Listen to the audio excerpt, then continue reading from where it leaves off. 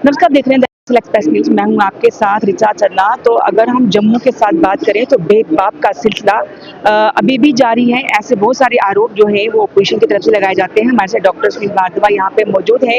इन्होंने टूरिज्म को लेकर भी भेदभाव का आरोप लगाया और भी कुछ मुद्दों पर बातचीत करेंगे। सर, टूरिज्म की बात अगर हम पहले कर लें तो सबसे बड़ी बात है कि ये कहा जा रहा था कि जब जम्मू में अपोजिशन के बहुत सारे विधायक अब हैं, उसके बाद शायद जम्मू की किस्मत बदलेगी।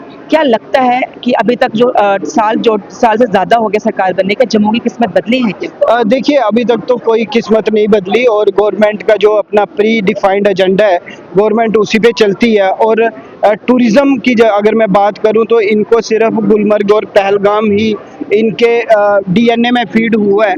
लिहाजा मैं आपको बताऊं तो पिछले साल लगभग 2 करोड़ टूरिस्ट जम्मू कश्मीर में आए और जिसमें से 80% टूरिस्ट है वो सिर्फ जम्मू में आया, जिसे हम बोलते हैं कि high volume low intensity tourism या low value high intensity tourism. तो टूरिस्ट आते बहुत है मगर एक वैष्णो देवी श्राइन के अलावा टूरिस्ट के पास और कोई जगह नहीं मिलती जाने के लिए। तो लिहाजा मैं पूछना चाहता हूँ कि पिछले 70 साल में आपने माँ वैष्णो देवी का मंदिर भी श्राइन बोर्ड ने डेवलप किया, लिहाजा आपने जम्मू संभाग में कौन सी टूरिस्ट डेस्टिनेशन डेवलप की? आपने पुंछ राजौरी में कौन सी की? आपने डोडा भद्रवाह में कौन सी की? आपने उधमपुर रामनगर में कौन सी की? सुधमा देव मानतलाई के बारे में आपको पता है क्या? आरसी पीक के बारे में आपको पता है क्या? शोधार के बारे में आपको पता है क्या? राजा राम सिंह जो रामनगर के राजा थे, वहाँ पे उनका फोर्ट है। आर्कियोलॉजिकल सर्वे ऑफ इंडिया उसको प्रोटेक्ट करता है। शीश महल है और रामनगर की अपनी एक हिस्ट्री है, अपनी लिगेसी है, अपना एक कल्चर है। क्या आपने कहीं कल्चरल टूरिज्म प्रमोट करने के लिए कोई भी प्रयास जम्मू संभाग में किया क्या? तो लिहाजा गवर्नमेंट हर चीज में आप देखें जो एक भेदभाव करती आई है वो कंटिन्यू है, मगर प्रयास ये है कि आने वाले टाइम में वो भेदभाव कम हो और जम्मू को भी उसका हक मिले। आपके निर्वाचन क्षेत्र में भी आपने बताया बहुत सारे ऐसे पर्यटक स्थल हैं जो अगर मैप में लाए जाएं, उसकी पब्लिसिटी की जाए तो कहीं ना कहीं आर्थिक स्थिति भी बेहतर होगी और टूरिस्ट जो है वहां तक पहुंचेंगे। लेकिन सवाल ये है कि हालांकि टूरिज्म डिपार्टमेंट ने बड़े सारे ऐसे कुछ प्रोग्राम्स किए हैं, चाहे भद्रवाह हो या पुरथू हो, ऐसी जगहों को उबारा जरूर है।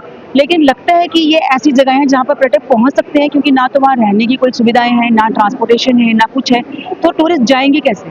देखिए, मैं साफ तौर पे कहूँगा कि भद्रवाह जम्मू संभाग में रिसेंट टूरिस्ट डेस्टिनेशन बनी है, मगर उसका श्रेय भी गवर्नमेंट को नहीं जाता। वो जब मोदी जी का बनाया हुआ हाईवे भद्रवाह में पहुंचा, लोगों को जगह दिखी, एक्सेसिबिलिटी दिखी, तो लोग भद्रवाह में जाने लगे। मगर हमारा डुड्डू बसंतगढ़ का एरिया पिछले 70 साल से लोगों को पता है बहुत खूबसूरत है, बहुत खूबसूरत एरिया है। उसी के ऊपर हमारा आशापति कैलाश ग्लेशियर है, स्योधार है, लगभग 4 दरिया उधर से निकलते हैं। रिवर तभी मेरी कॉन्स्टिट्यूएंसी से निकलता है, सूर्यपुत्री तवी जिसे हम कहते हैं, रिवर उज वहां से निकलता है और अन्य रिवर वहां से निकलते हैं। तो आप इमेजिन कर सकते हैं कितना खूबसूरत होगा। मगर आज भी अगर हमें बसंतगढ़ पहुंचना है तो लगभग हमें 8 घंटे ट्रैवल करके जाना पड़ेगा। तो जब तक बेसिक इंफ्रास्ट्रक्चर वहां पे नहीं होता, जब तक रोड इंफ्रास्ट्रक्चर नहीं बनता, लोगों को रहने की सुविधाएं नहीं बनती, तो ऐसी टूरिस्ट डेस्टिनेशंस कभी एक्सप्लोर नहीं हो पाएंगी।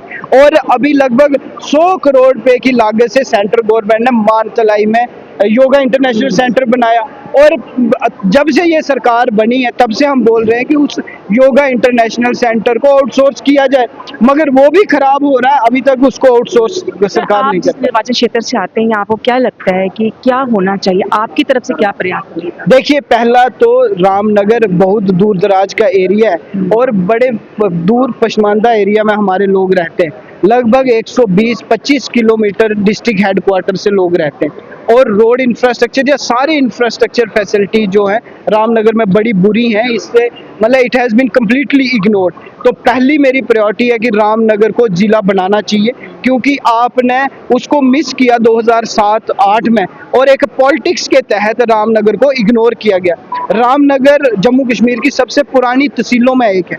लगभग उधमपुर की 8 में से 4 तहसीलें रामनगर से निकली हैं। इतना बड़ा एरिया है, तो लिहाजा उसको डिस्ट्रिक्ट बनाना चाहिए और उसके बाद वहाँ का जो बिजनेस है वो रिवाइव करेगा, युवाओं के लिए नए रोजगार के साधन बनेंगे, वहाँ का जो टूरिज्म पोटेंशियल है, चाहे वो डालसर लेक हो, आरसी पीक हो, चाहे वो गंद टाप हो, शिव गली हो, डुड्डू हो, बसंतगढ़ हो, रांग बलांद हो, वो एरिया सारे एक्सप्लोर होंगे।